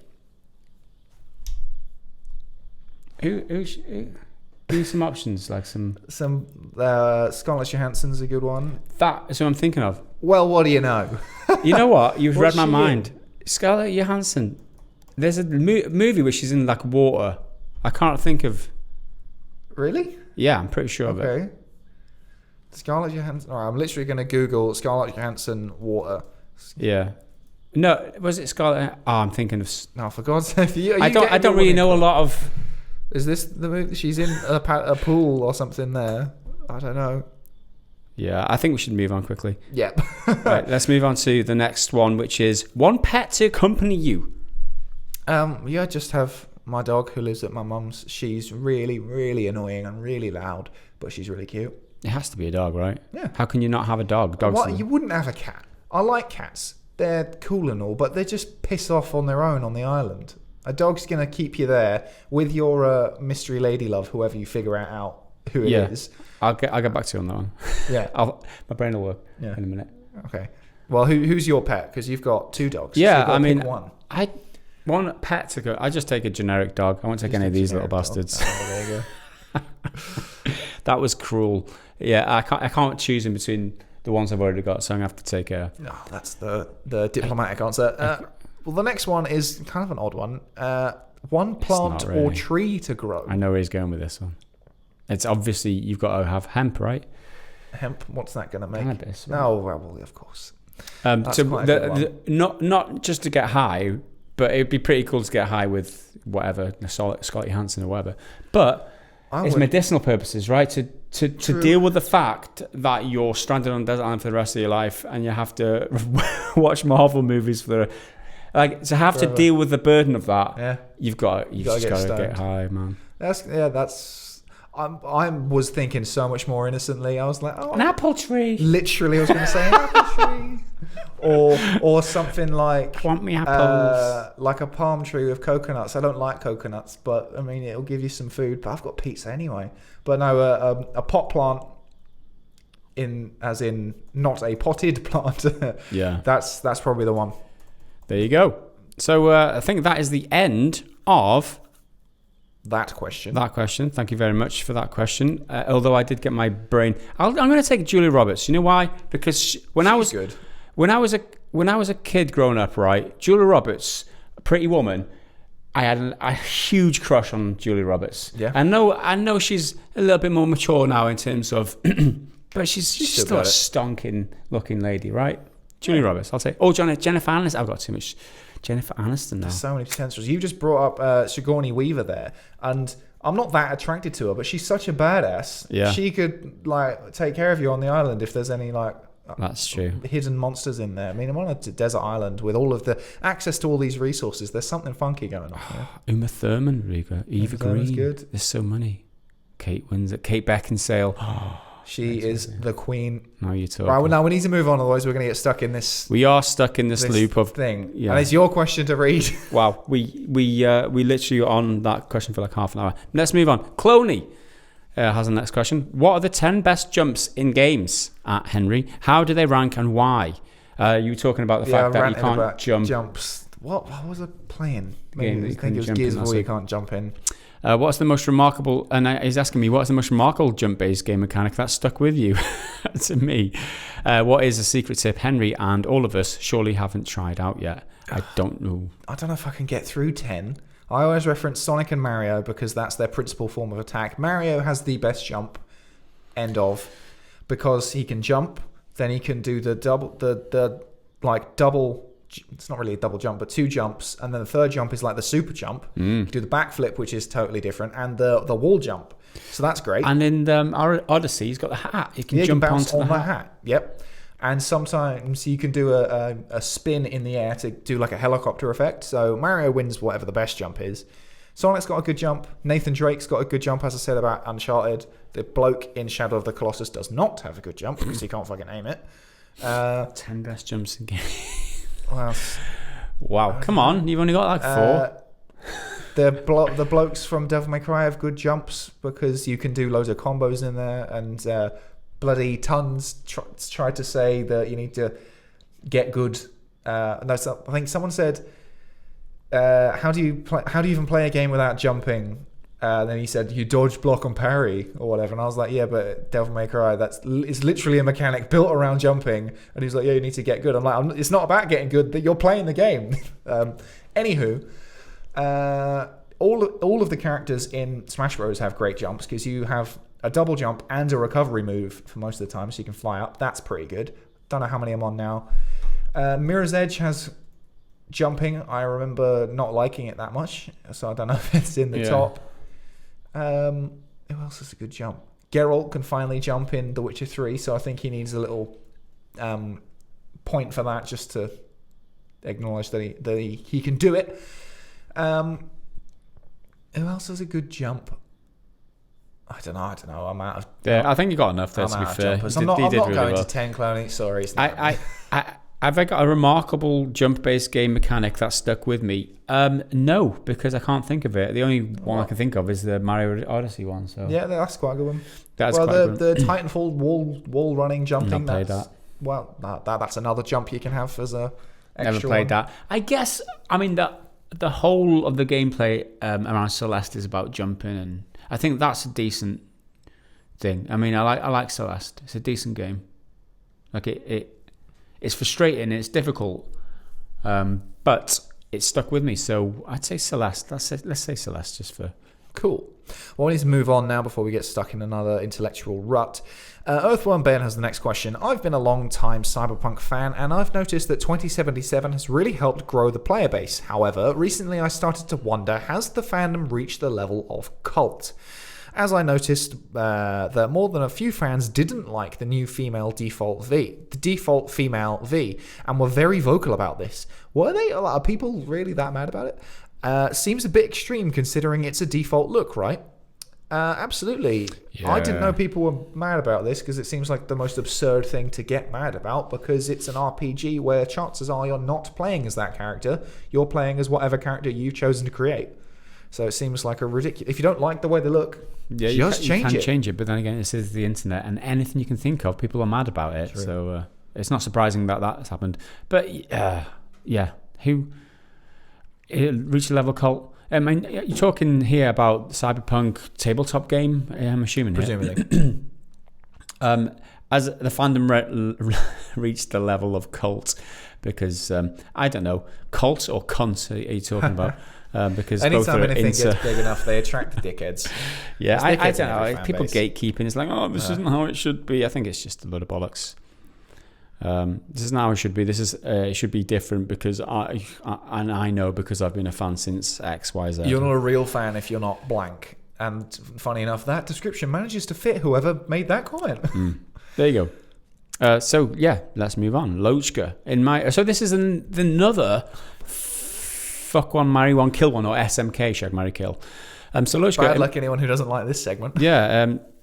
So we've got a double whammy today because Lochka's chipped in. In my experience, SMK is more fun to play when all of the options are equally undesirable rather than deciding who's the best girl or guy.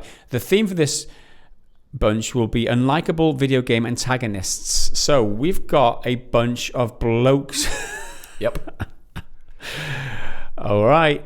SMK, Dr. Wallace Breen of Half-Life, the administrator of Black Mesa.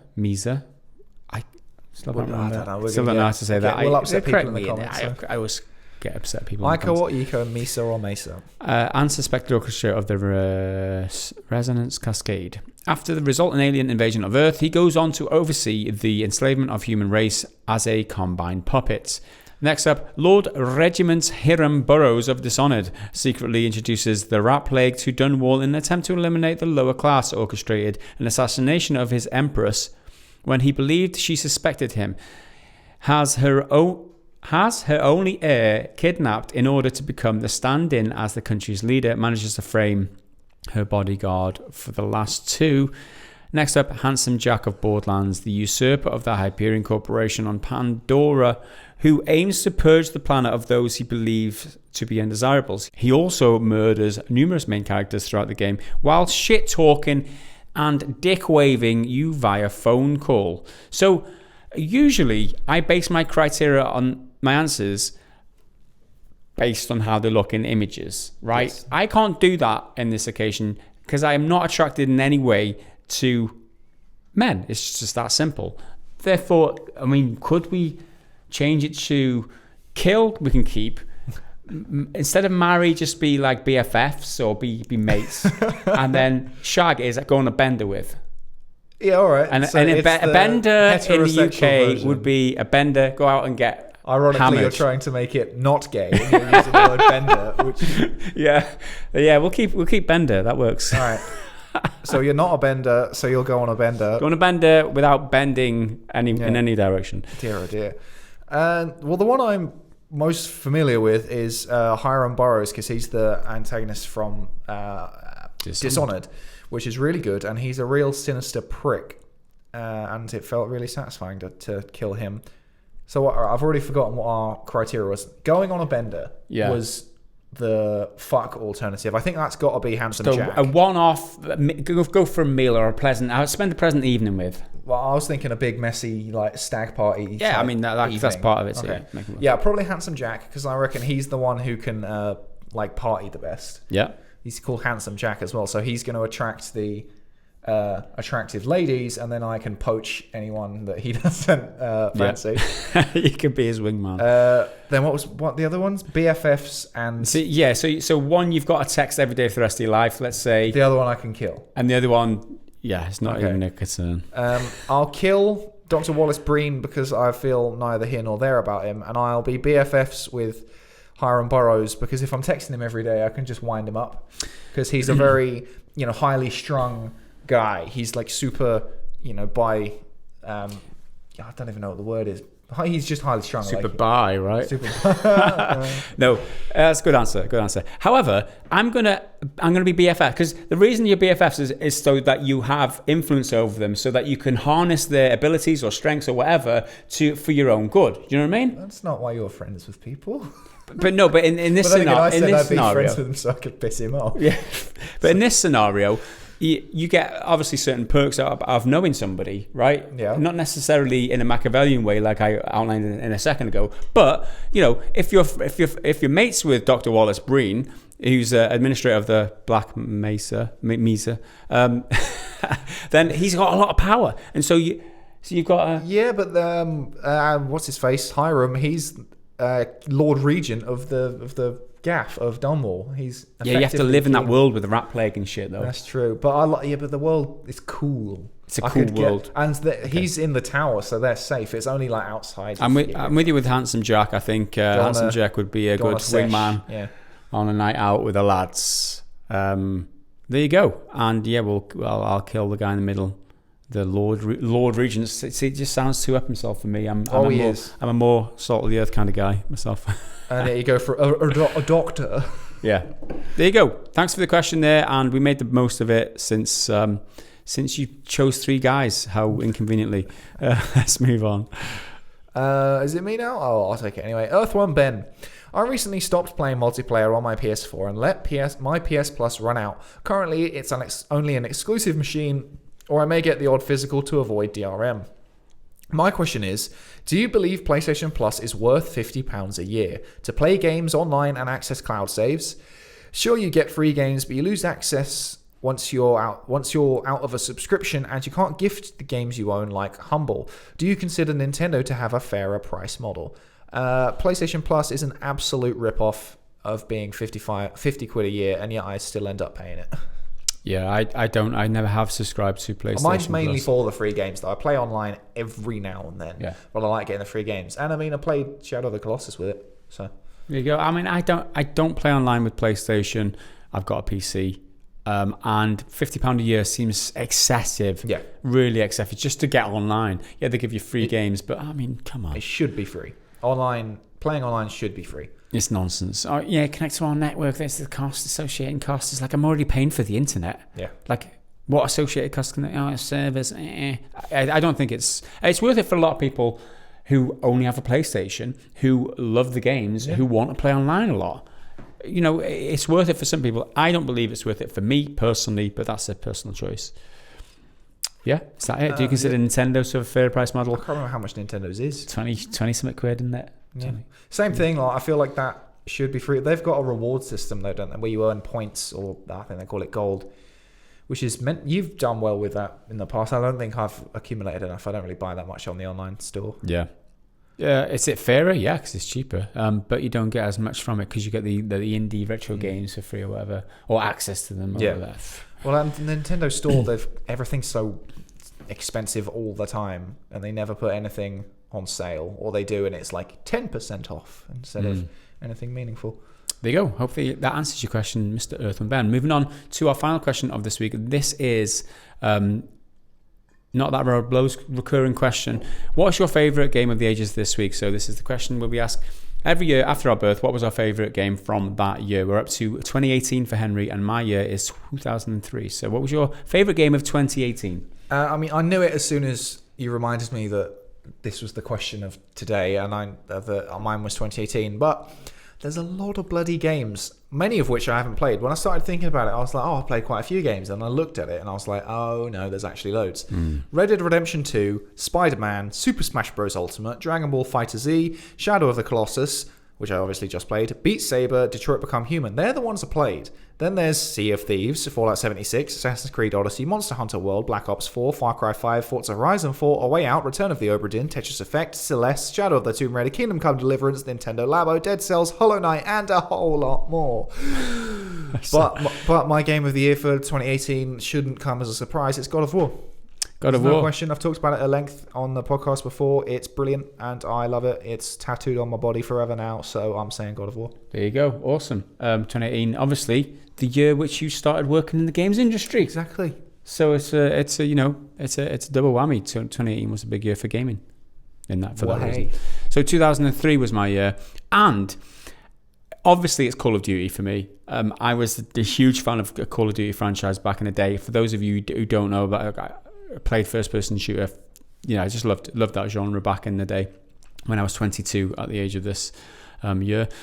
However, last week I made a huge mistake, and I would like to correct that now. I do apologise for my answer last week. Yeah, I know it was a good game, Medal of Honor Allied Assault from 2002, but it is not my favourite game from that year. I overlooked somehow, some way, Medieval Total War. Now, this is the game that got me into PC gaming. I went to the shop, I bought a PC, and then I was like, I've got no games. I walked into Dixon's, which was on the industrial estate by where Curry's or whatever it is now. I walked in there and I was like, what game should I? This one looks alright. I picked it off the shelf, a physical PC game off the shelf, went home, and it turned out to be one of the best games I'd ever played on a PC, and it still is to this day. One of the best franchises, Medieval Total War, where you get like an overworld map, strategy map, and then you get real-time battles as well. Back in 2002, oh my god, amazing. And I deeply apologise for getting that answer wrong last week. To anybody who was affected by my answer, you now stand corrected. That was a formal, official apology. Official retraction. The only one you'll ever hear. Yeah. And so that's it. So that's the questions. Thank you, everybody. If you do want to ask a question, head over to patreon.com/prettygoodgaming and go to the Discord channel. If you're already a member of the Patreon, just head for the Discord app. Send us a message if you haven't got access to it and you want to get access to it, and I'll send you the link personally. And you get to the Discord, and there's a podcast questions channel for that, and just drop your channel in and we'll answer it next week. And thank you for that. So let's move on to the next segment this week. This is the Triggered Fanboy Comment of the Week. So it isn't a long one this week, but it's from the Sony or Horizon Zero Dawn PC port announced. End of exclusivity was the thumbnail. Which a couple of people didn't like, even though they missed the part where it said Horizon Zero Dawn, end of exclusivity, i.e. the end of exclusivity for Horizon Zero Dawn. Yeah, we'll get to that. Sony only is my triggered fanboy comment of the week. That's a good start. And he was a triggered PlayStation or Sony fanboy, right? And he says, I am dropping my support. Fuck PlayStation. It has no identity now. Glad to say I am done with PlayStation. You lost one game. I'm dropping my support. Fuck PlayStation. That is... Oh my God. Where do I start with this? It's... No identity. You've lost your identity now. That's the stupidest thing I've ever... Stupidest thing I've heard this week. Let's be honest. In response to that, I've got a lot of comments this week from that video, right? Because there's a lot of discussion around it. And one of the best ones I found was from Helen Line, who commented, release the original game on PC as a sort of experiment, which in turn basically forces them to buy a PS5 if they want to play the sequels. Pretty smart business move, to be honest. Then maybe remaster the original game for the PS5. That's it makes a lot of sense if you put it like that. It's a business sense from Sony.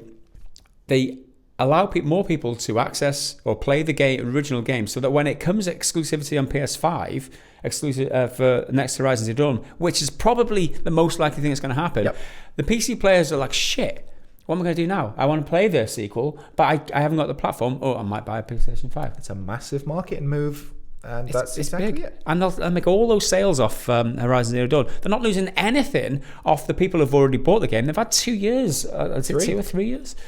And anyone who isn't going to buy the PS5 because of this, which will be very few people. A lot of people will say they ain't going to do it, but you're going to do it. You're a bunch of fucking pussies. It's not all the games. It's just one. Yeah, just one game. Anyone who doesn't buy the PS5 solely because of this, any sales loss they made, any sales they lose because of that, they'll make up for with people purchasing it on PC.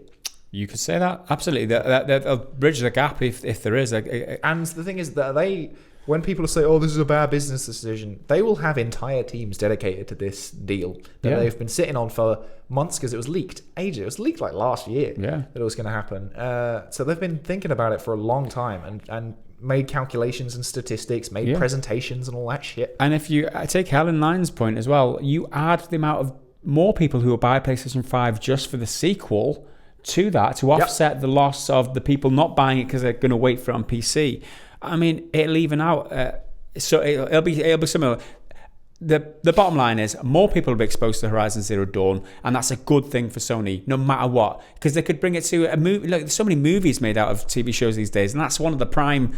It's a original IP with an interesting world and a decent protagonist.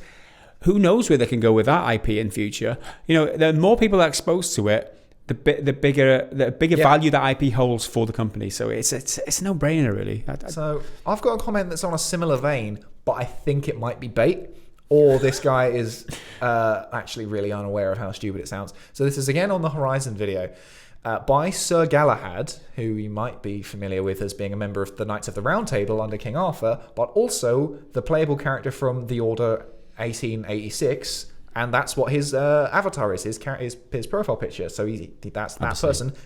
Sony exclusive, PlayStation exclusive game, which I'm actually thinking about getting just because it's like a $5 now, and I want to see what it's like to play in 2019. So he said, honestly, I'd rather Sony Interactive Entertainment keep all their exclusives in-house to avoid devaluing the PlayStation brand, which is an argument a lot of people are making, similar to this person being like, you're fucking your fans, you've lost your identity, all that shit. But I think this might be him in character as Sir Galahad, being a PlayStation character trying to piss people off. And all of the comments are like, oh, you fucking idiot. But I can't be sure, but you might have been had there by Sir Galahad. The next comment is something along the same lines. The Ever Free King comments. I discussed this like more rationally because I don't know whether let's not judge this too quickly. That's what I'm trying to say. It harms the industry because it will make the PlayStation irrelevant, and therefore there will be less competition in the marketplace. If we want good exclusive games being made, they need to stay exclusive. This is common sense, man. Games. I mean, I don't see it to make the PlayStation irrelevant at all. If you think that they're exactly one game, and when the PlayStation 5 comes along, if they keep that exclusivity for like 2 years, that'll be enough to get people to buy a PlayStation. Or two, if they say, oh, in 3 years' time it might come to PC or whatever. I mean, it makes people on the PC platform, it makes people buy games on Epic Store that would rather not and rather wait for Steam. All right, there are diehard Steam fans who won't buy the Epic Store ever, but this exclusivity thing, if there's a period of exclusivity, it's still exclusivity. It still get people to... All right, you're talking £500 and then the price of the game. All right, maybe that's a little bit too much for most people.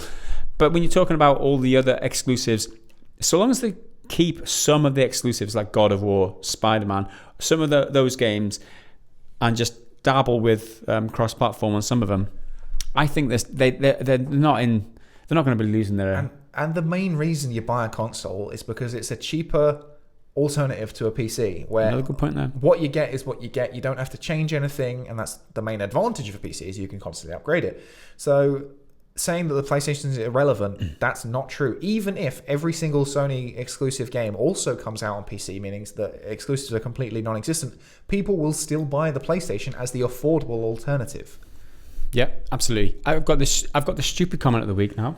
Okay. It's not triggered, it's just stupid. It's just stupid. EM comments, actually, this is the one. HZD is still exclusive to PS4 in terms of consoles. A little clickbait in the title. PCs aren't direct competition in terms of versus consoles. You will never see HZD on a Microsoft or Nintendo machine. This is the stupidest comment of the week, right? There's a lot wrong with it, but I'm going to be really pernickety first. It doesn't actually say anything about exclusivity in the title. The title says Horizon Zero Dawn PC port announced, which is what happened. The exclusivity line is actually on the thumbnail. It's in thumbnail, sweetheart. Actually. And it's not clickbaity. Perhaps I should have put a colon in there after Horizon Zero Dawn. But Horizon Zero Dawn doesn't have a colon when it should be Horizon Zero Dawn. But it says Horizon Zero Dawn end of exclusivity. That's the thumbnail title, if you want to call it that. That's the full thing. And I wouldn't have put the logo on there if I didn't want you to read it like that. And to add to that, right? He's also kind of putting words in your mouth there, right?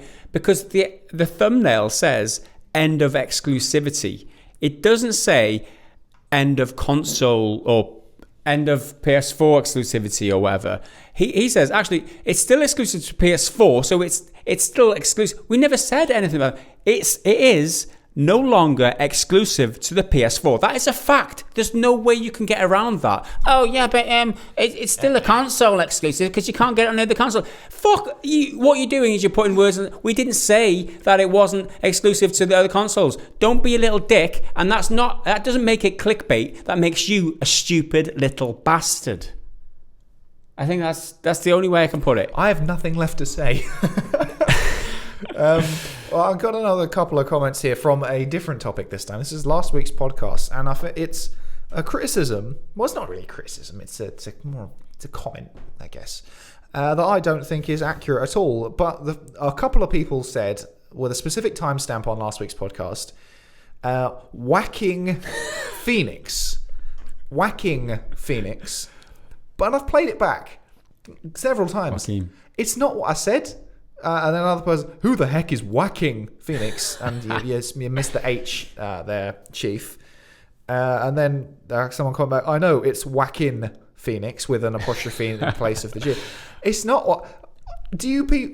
have you never heard his name pronounced out loud before? Joaquin Phoenix. His name is Joaquin. Joaquin. Like, I didn't say whacking. There's no G on the end. Phoenix.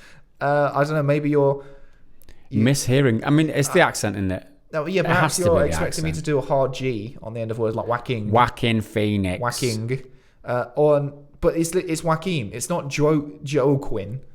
And I've got the phonetic pronunciation in front of me as well, and I can read phonetics. Well, actually, it's Joaquin Phoenix. There you go. Perhaps That's I could have second put time the you've H. won actually this week. Yeah, I could have perhaps put the H at the beginning, but it's not necessary because it's an aspiration more than it is a realization of the H. So, I'm not apologizing because I said it correctly. You just seem to have misheard me, unless you actually think it's pronounced Joaquin. Joaquin Phoenix. Next up, we're talking about loot boxes in Resident Evil 3 online mode or whatever it is. Resistance.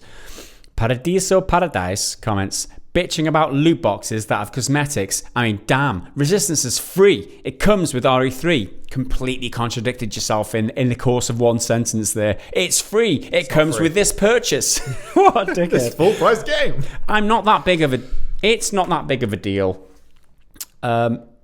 If you don't want to play it, then don't. You won't be missed, honestly.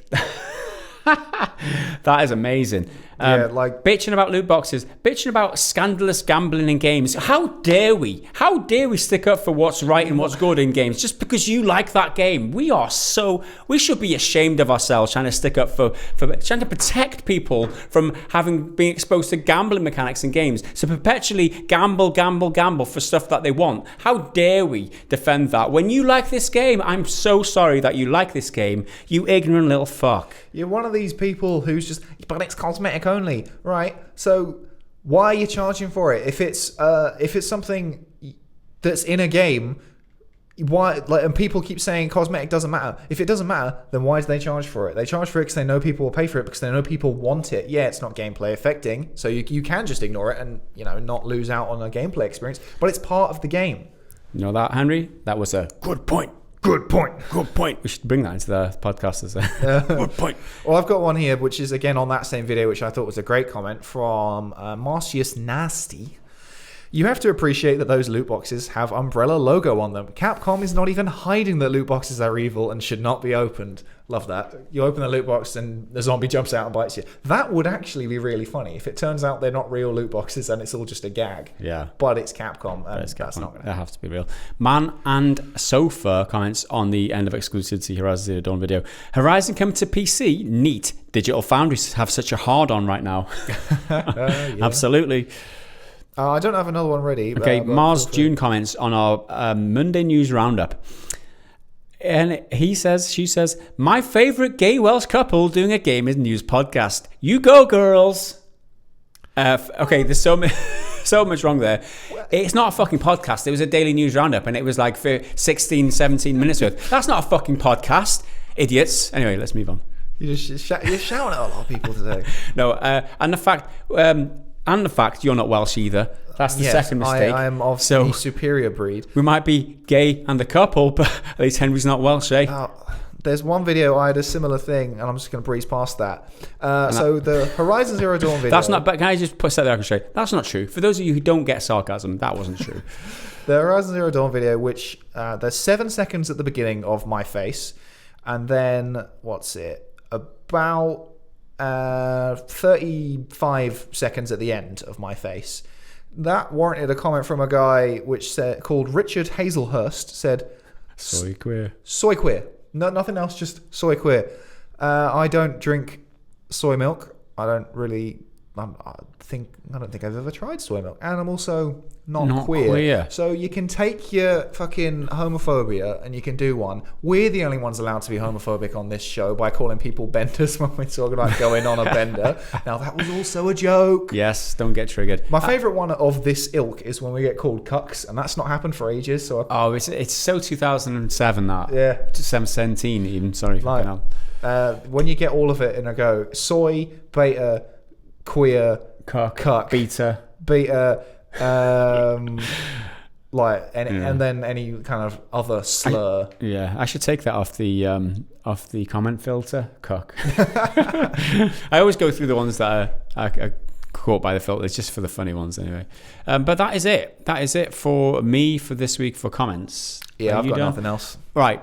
Let's move on then to the bad dad joke of the week. Okay, so this came in from on our Discord, and it was so good, it made me chuckle the next day when I was thinking it about it myself, right? So is this from our new dad joke bot? New dad joke bot on who's Discord. Doing a great job. This is... Okay, so I went for an interview at a blacksmith's, and the blacksmith asked, "Are you any good at shoeing horses?" And I said, "No, but once I told a donkey to fuck off." Are you going to go to shoeing horses? No, but I once told a donkey to fuck off. Oh, my God. I was laughing next day. That's quite funny. That was amazing, that one. So, interesting that a bot would come out with one that would swear. I wouldn't expect that. I don't know. I think I don't know if it's a bot or it's just like sourced from a Twitter or something. It's probably that. But normally a lot of them have filters, so they won't go for any of that sort of shit. Okay. So that was our random dad joke. This is our like stock dad joke from the tin. This is the tin. This is the good stock of dad jokes. So, Henry. Yes. Are you ready? No. What is ET short for? I don't know. What is ET short for? Because he's only got little legs. Ha ha ha. Oh, lol. You think it's one thing and it's not. That is the dad joke of the week. Thank you very much to everybody for listening to the podcast this week. And that just about rounds up today for podcast number 53. Diolch yn fawr am gwrando. Thank you very much for listening. We'll be seeing you in the next video, whatever that may be. On behalf of Henry and myself, we will see you again next time. Bye for now.